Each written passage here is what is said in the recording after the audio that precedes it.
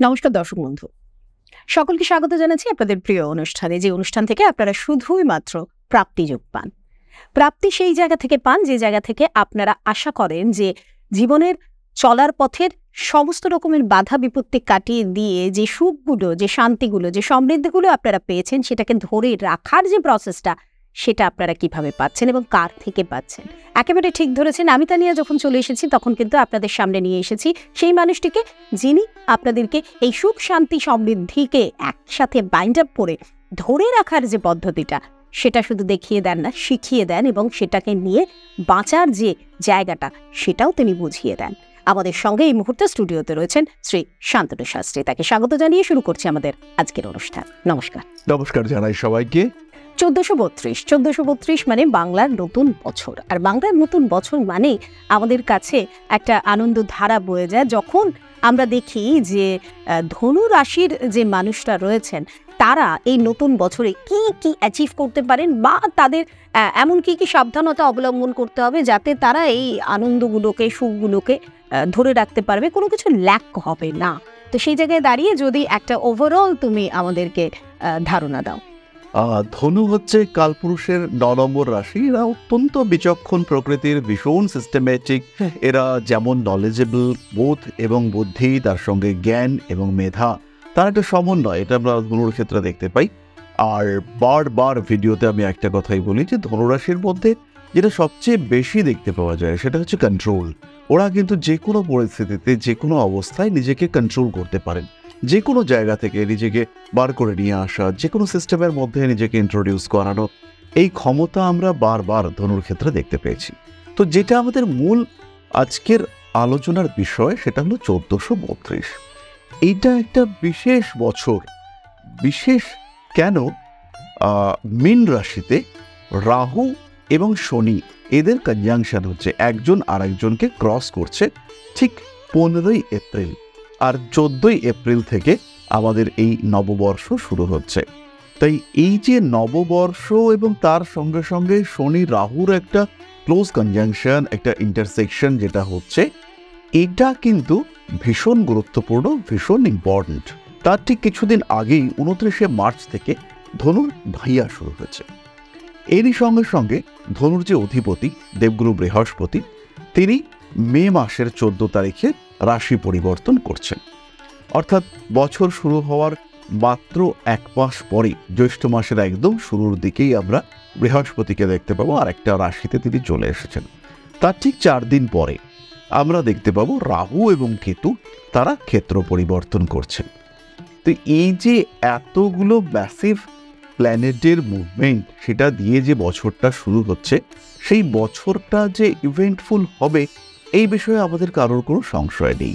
এবার এই যে ইভেন্ট, এটা কতটা পজিটিভ বা কতটা নেগেটিভ, এটা ডিপেন্ড করবে ইন্ডিভিজুয়াল রাশিচক্রের উপরে। কারোর হতে পারে ধনুলগ্ন কর্কট রাশি, কারোর আবার হতে পারে ধনুলগ্ন বৃশ্চিক রাশি। এদের ক্ষেত্রে কিন্তু ব্যাপারটা ডিফার করবে। আবার কারোর ক্ষেত্রে দেখতে পাওয়া যাবে যে ধনুলগ্ন কর্কট রাশি দুটো মানুষেরই, কিন্তু একজনের ক্ষেত্রে চলছে রাহুর দশা আর একজনের চলছে বৃহস্পতির দশা। তো তাদের ক্ষেত্রেও কিন্তু আবার ফল চেঞ্জ হয়ে যাবে।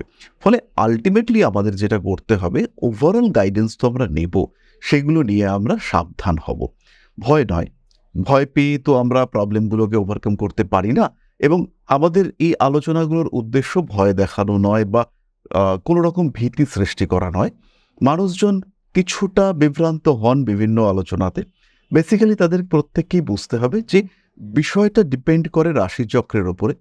রাশিচক্র, ন্যাচারাল জোডিয়াক, এটা একটা প্ল্যাটফর্ম, যে প্ল্যাটফর্মে আমরা সবাই আছি, মানি বা না মানি, আমাদের উপরে এর একটা ইনফ্লুয়েন্স রয়েছে এবং এর দ্বারা আমাদের জীবনের ঘটনাগুলি প্রভাবিত হয়। দুর্ঘটনা, সমস্যা প্রত্যেকের জীবনে আছে। হয়তো যারা এই ভিডিওগুলি দেখছে তার থেকে আমার বা তোমার সমস্যা কিছুটা বেশিই আছে। এই প্রবলেম, এগুলোকে আমরা ওভারকাম করতে পারি না। আমরা যেটা করতে পারি সেটা হচ্ছে প্রবলেম ম্যানেজমেন্ট। কোন প্রবলেমটাকে কখন সলভ করব, বা একটু সাবধান হতে পারি। যে আমার একটা অ্যাক্সিডেন্টাল টেন্ডেন্সি রয়েছে, তো আমি বাইকটাকে 90 কিলোমিটারে নয়, আমি 30 কিলোমিটার স্পিডে চালাবো। এই সাবধানতাটুকু আমরা নিতে পারি। এবং বারবারই বিভিন্ন মানুষ বিভিন্ন ভিডিওতে আমরা দেখি যে মানুষ কমেন্ট করছেন যে মিসগাইড করা হচ্ছে বা ভয় দেখানো হচ্ছে। বেসিক্যালি ব্যাপারটা ভয় নয়, ব্যাপারটা এই বর্ষগুলি সম্পর্কে দিনটা কেমন যেতে পারে, খারাপ কি হতে পারে সেই সম্পর্কে একটু সাবধান হওয়া। ভালোগুলো তো আপনাকে আনন্দ দেবেই, কিন্তু খারাপগুলো সম্পর্কে যদি একটু সচেতন হওয়া যায় তাহলে ভালোটাকে অ্যাকসেপ্ট করা অনেক ইজি হয়ে দাঁড়ায়। একেবারেই তাই। এই সহজ থেকে সহজতর করে তোলার জন্যই বোধহয় মানুষ জানতে চায় যে এই যে ধনু রাশির 12টা মাস, বৈশাখ থেকে একেবারে চৈত্র পর্যন্ত, সেই মাসগুলো ওভারঅল কেমন যাবে, এই জানার জায়গাটা থেকেই কিন্তু প্রশ্নগুলো আবারও উঠে আসছে তাদের কাছে। প্রথমেই চলে আসি বৈশাখ মাস। বৈশাখ মাসটা হচ্ছে নতুন কিছু শেখার, নতুন কিছু জানার। তাই যারা শিক্ষার্থী, যারা এডুকেশনের মধ্যে রয়েছে, যারা নতুন কোনো স্ট্রিমে পড়াশুনো করবে, তাদের জন্য এই বৈশাখ মাসটা কিন্তু আলাদা করে ভাবতে হবে।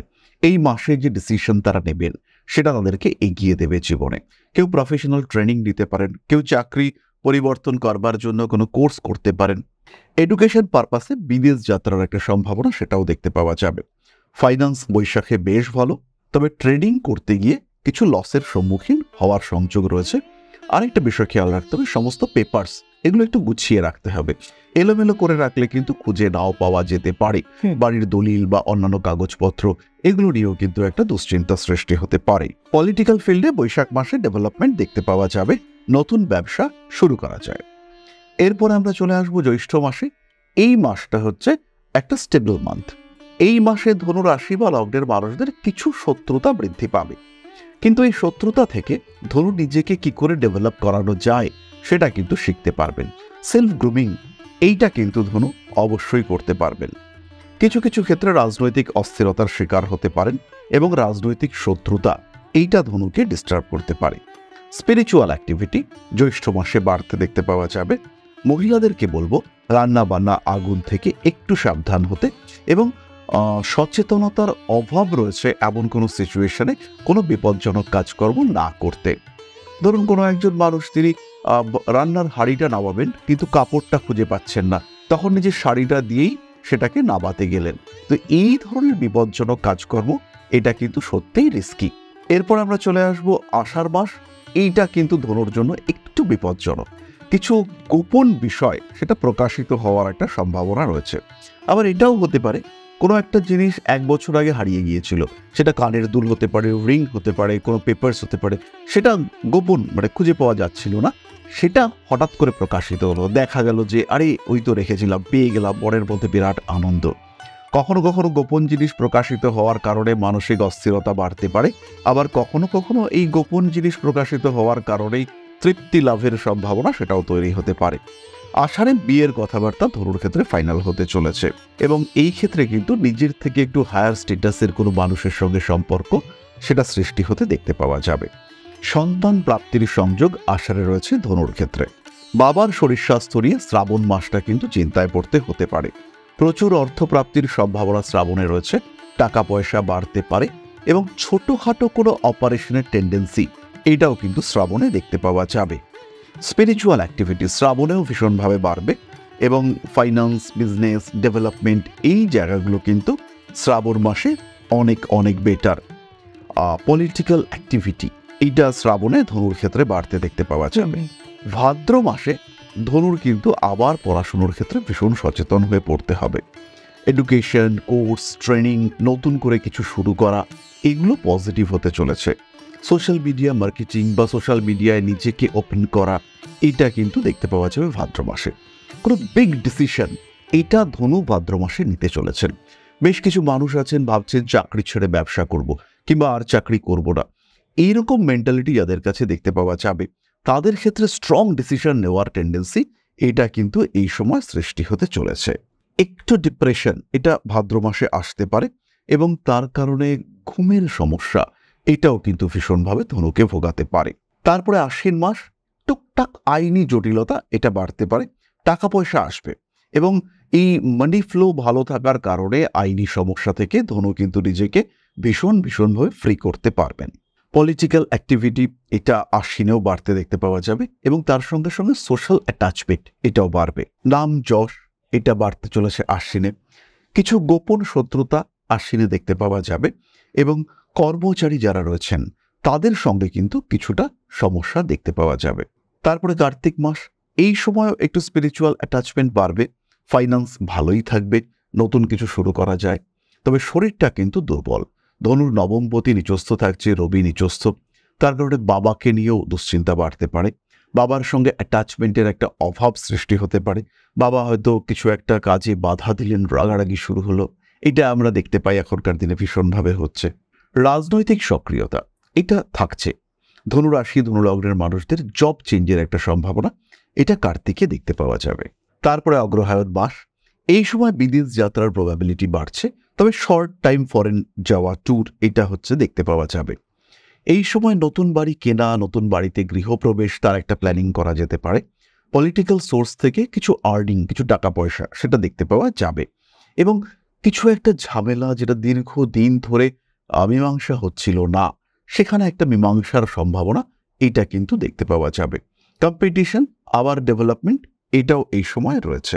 পৌষ মাসে জমি বাড়ি ইত্যাদি কেনাকাটা করার একটা জায়গা দেখতে পাওয়া যাবে।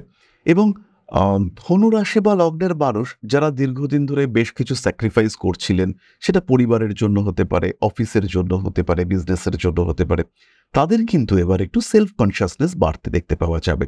তারা নিজেকে নিয়ে একটু ভাবতে চেষ্টা করবেন, নিজেদের কোয়ালিটি, নিজেদের অবস্থা, নিজেদেরকে যত্ন করা, যেটা ভীষণ দরকার আমাদের জন্য। আমরা পরিবারকে নিয়ে, আশেপাশের বিষয়গুলিকে নিয়ে ভাবতে ভাবতে আমরা ভুলেই যাই কখন নিজেকে আর সময় দেওয়া হচ্ছে না। তো এবার ধনু কিন্তু নিজেকে একটু সময় দিতে চাইবেন। ধনু নিজেকে নিয়ে একটু ভাববেন, নিজের আত্মা কি করে একটু তৃপ্ত হয় তার একটা চেতনা ধনুর ক্ষেত্রে আমরা দেখতে পাবো। পৌষ মাসে পেটের সমস্যায় কিন্তু ধনু ভুগতে পারেন। মাঘ মাস একটা বেড়াতে যাওয়ার পরিকল্পনা তৈরি হতে পারে, বেশ শীত শীত পড়ছে সেই সময়, কিন্তু এই সময় ফাইন্যান্সিয়াল দিক থেকে একটা স্ট্রেস আসতে পারে। প্রতারিত হওয়া কিংবা অন্য কোনো কারণে টাকা পয়সা আটকে যাওয়া, এই ধরনের কোনো সম্ভাবনা সৃষ্টি হতে পারে। এই সময় অর্থাৎ মাঘ মাসে কোনো অপারেশন, কোনো চোট লাগা তারও একটা টেন্ডেন্সি রয়েছে। তাই সেই সময়টায় কিন্তু বাইক বা রাইডিং বা সাঁতার কাটা, রিস্কি গেম, এগুলো একটু সাবধান হতে হচ্ছে ধনুকে। ফাল্গুন মাসে বড় কোনো ইনভেস্টমেন্ট করা যেতে পারে, নতুন বিজনেস প্ল্যানিং, নতুন পার্টনারশিপ সেগুলো করা যেতে পারে। কোনো লটারি বা অন্য কোনো মাধ্যমে ফাটকা টাকা পয়সা, যারা মিডলম্যান, যারা ব্রোকারি বা প্রপার্টি ডিলার এরকম রয়েছেন, তাদের একটা ভালো রকম টাকা পয়সা আসার সম্ভাবনা রয়েছে। এই সময় যাদের আর্থারাইটিস আছে তারা কিন্তু বেশ কষ্ট পাবেন। আর আগুন থেকেও একটু সাবধান থাকতে হবে। পড়াশুনোর জায়গাটা ভীষণ ভালো থাকবে, প্রফেশনাল সেক্টরে বেটারমেন্টের সম্ভাবনা রয়েছে। এবার চৈত্র মাসটা কিন্তু একটু ডিস্টার্ব। এই সময় কিছুটা প্রতারিত হওয়ার সম্ভাবনা রয়েছে, আবার কিছু চুরি, নিজের কাছের মানুষরা কিছু জিনিসপত্র নষ্ট করলেন, এরকমও হতে পারে। এটিএম পিন শেয়ার করা বা এই টাইপের কিছু করে বিপদে পড়তে পারেন সাধারণ মানুষ। ধনুরাশির মানুষদের চৈত্র মাসে আবার বিবাহ যোগ দেখতে পাওয়া যাবে। বিয়ের কথাবার্তা কিন্তু আবার চৈত্র মাসে ফাইনালাইজ হতে পারে।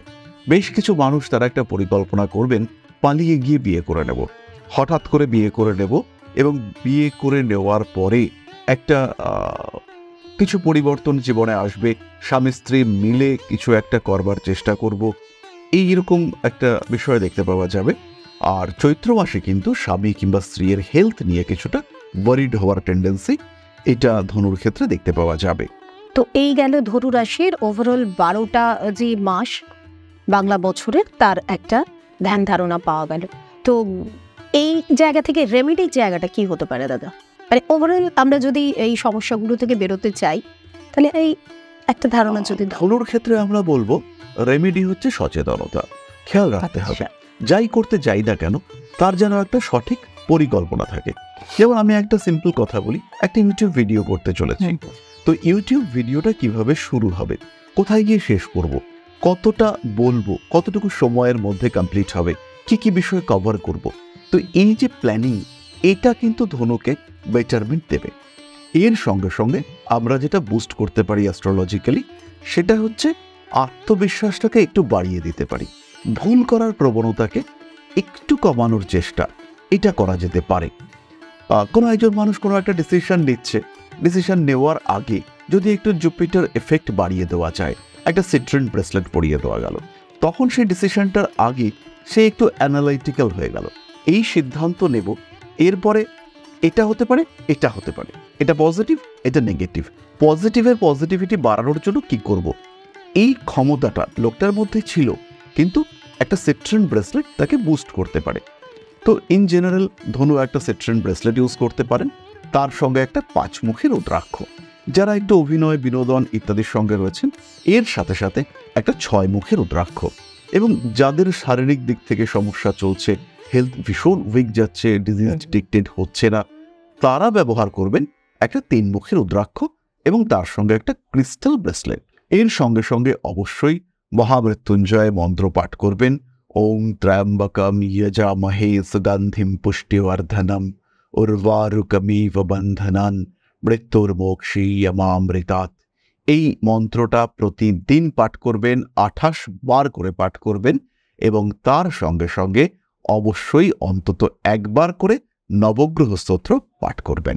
আজকের মতো আমরা আমাদের অনুষ্ঠান এখানেই শেষ করছি। আশা করি আপনাদের যারা প্রতিনিয়ত আমাদের অনুষ্ঠানগুলো দেখেন, আপনাদের সেই জানার জায়গাটা যথেষ্টভাবে আমরা পূরণ করতে পারছি এবং আপনারা প্রতিনিয়ত আমাদের এই অনুষ্ঠানগুলো দেখে যারা লাভবান হচ্ছেন, যারা আমাদের সাথে যোগাযোগ করছেন, যারা কমেন্ট করছেন, যারা আরও নানান বিষয় জানতে চাইছেন, তাদেরকে জানিয়ে রাখি পরপর আপনাদের জন্য আরও অনেক এইরকম জানার বিষয় নিয়ে আমরা আসবো। যেরকমভাবে আমাদের সঙ্গে ছিলেন, সঙ্গে থাকুন আর আপনাদের জীবনে সেই গাইডকে সঙ্গে রাখুন, যার নাম শ্রী শান্তনু শাস্ত্রী। নমস্কার, সবাই ভালো থাকুন। নমস্কার। জয় মা আদিশক্তি।